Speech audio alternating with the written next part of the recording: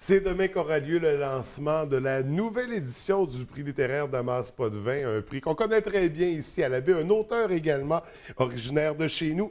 Pour nous en parler, ce matin, on reçoit une membre associée de l'Association professionnelle des écrivains de la Sagamie. Elle est administratrice également, Madame Céline Dion, qui est avec nous. Ça va bien ce matin? Ça va très bien, merci. Écoutez, je ne sais plus, on est rendu à laquelle édition du prix littéraire. Il y en a eu tellement. C'est quoi, c'est la 20e? 23e. 23e édition. Oui. Donc, déjà, ça va très rapidement.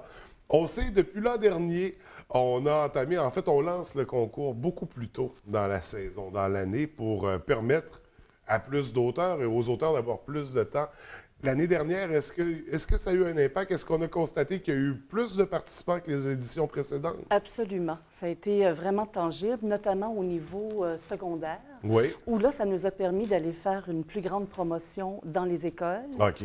Puis on a fait la tournée des cégeps à l'université. Donc, juste d'avoir ce temps-là, d'aller rencontrer les candidats potentiels, c'est déjà un plus. Et les auteurs avaient plus de temps. Est-ce qu'on a remarqué une différence au niveau de la qualité des textes?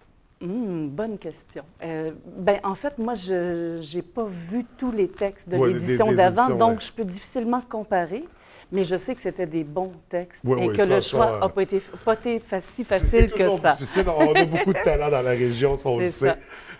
Nouvelle édition, 23e édition. C'est sous la présidence d'honneur de Geneviève Peterson. Et oui. Auteure, chroniqueuse également, on peut la lire régulièrement dans le Journal de Montréal. Pourquoi ce choix de présidence d'honneur? En fait, il y a je dirais deux motifs qui justifient ce choix. D'abord, c'est une auteure qui est associée à la région. Oui. Elle n'est pas née ici, mais elle a grandi au Saguenay, donc Saint-Honoré, Chicoutimi, Jonquière. Elle a fait à peu près tous les arrondissements.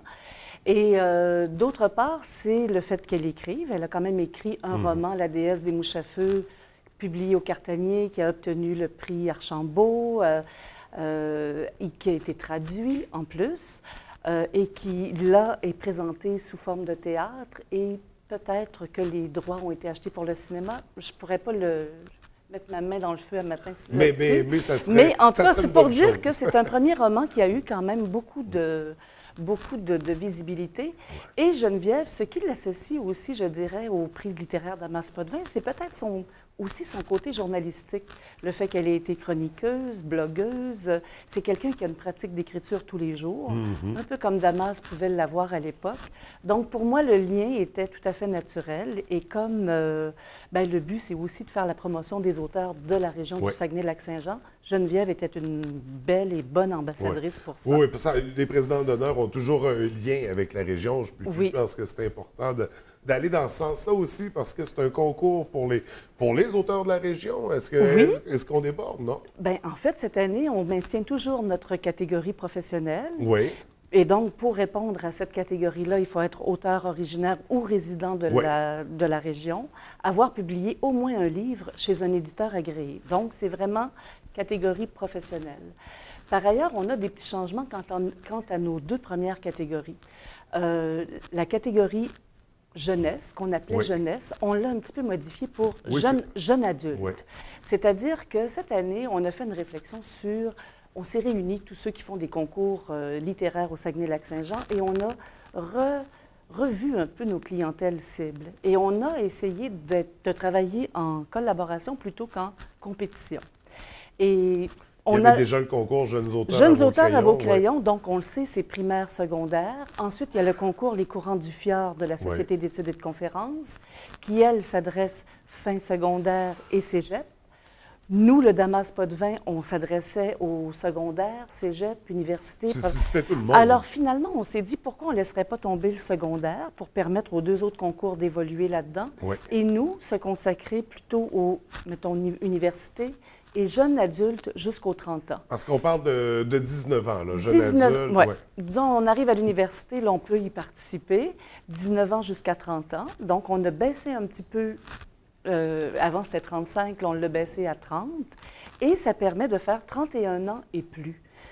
Moi, pour avoir fait la tournée promotionnelle l'année passée, c'est quelque chose qui est revenu souvent. On m'a dit, moi, j'aimerais ça y participer, mais j'ai 36 ans, puis je ne suis pas professionnelle. Donc, il y a un besoin. nous-mêmes, l'Association des écrivains, on organise des ateliers d'écriture. Il vient à nos ateliers environ 15 à 20 personnes.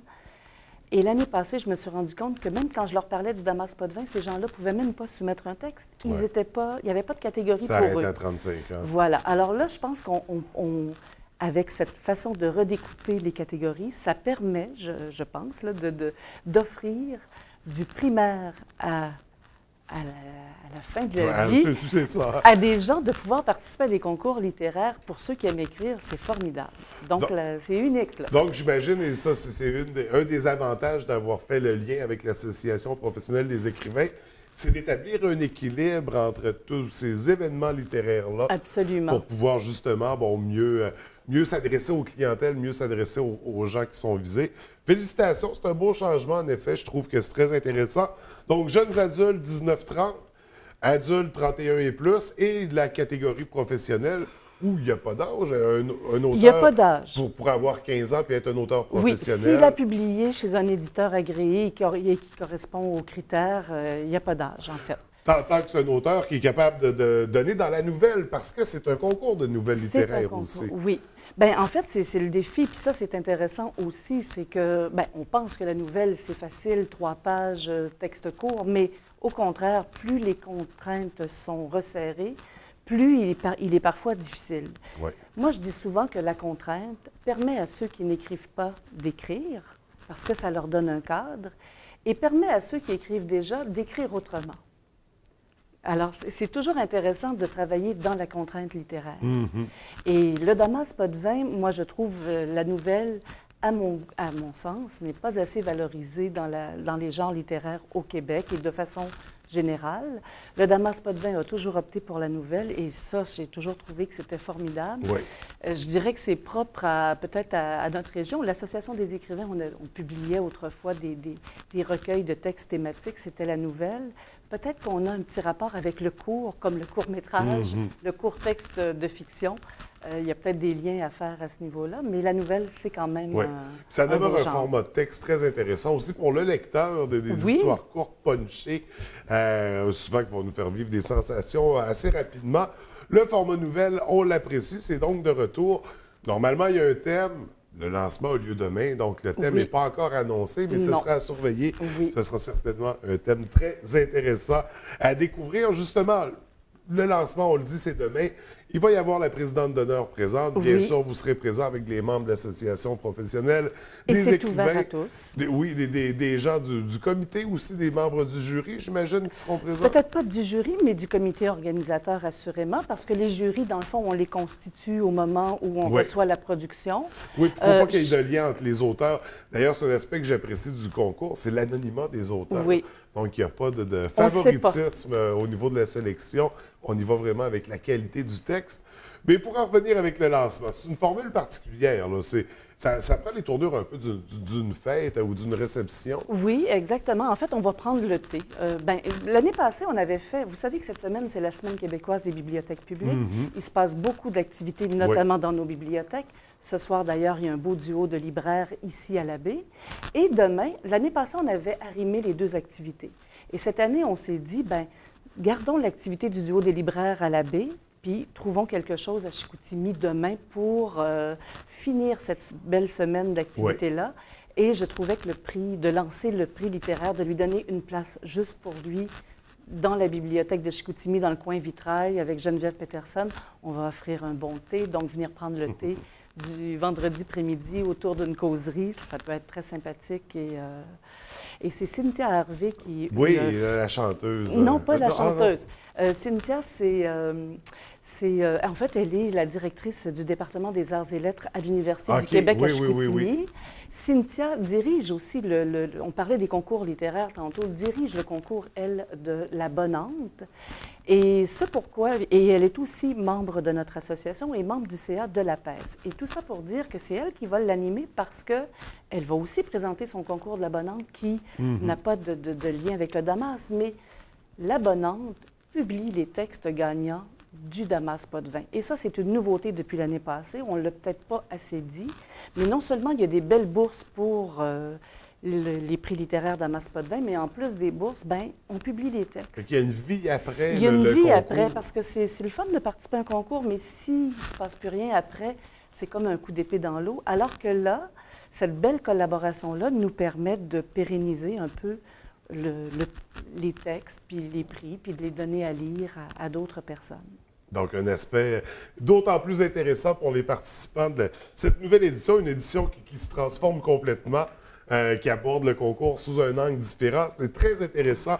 Les textes, on peut quand même donner la date limite, puis ça va être lancé demain avec le thème, mais on va avoir jusqu'à quand pour participer? Jusqu'au 9 février. Okay. Alors, vous imaginez, là, ça donne novembre, décembre, 3 beaux mois pour imaginer un texte autour du thème, écrire ce texte, le peaufiner, le resserrer, le déposer. Et puis, ce qui est extraordinaire, c'est que tous les textes sont lus par des jurys professionnels. Donc ça, de savoir que ce qu'on fait, parce qu'on peut écrire tous les jours, mais si on n'est pas lu, vous savez comme moi, l'écriture, c'est dans une interaction.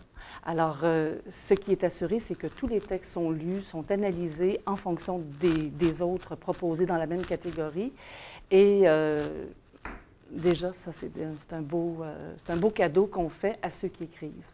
Et comme on peut s'adresser, je dirais, de 19 ans à 101 ans, bien, ma foi, profitez-en. Profitez-en, tout à fait. On va sûrement découvrir de nouveaux talents dans la région parce qu'on va avoir de nouveaux participants, c'est certain, en ayant ouvert aux plus de 35 ans.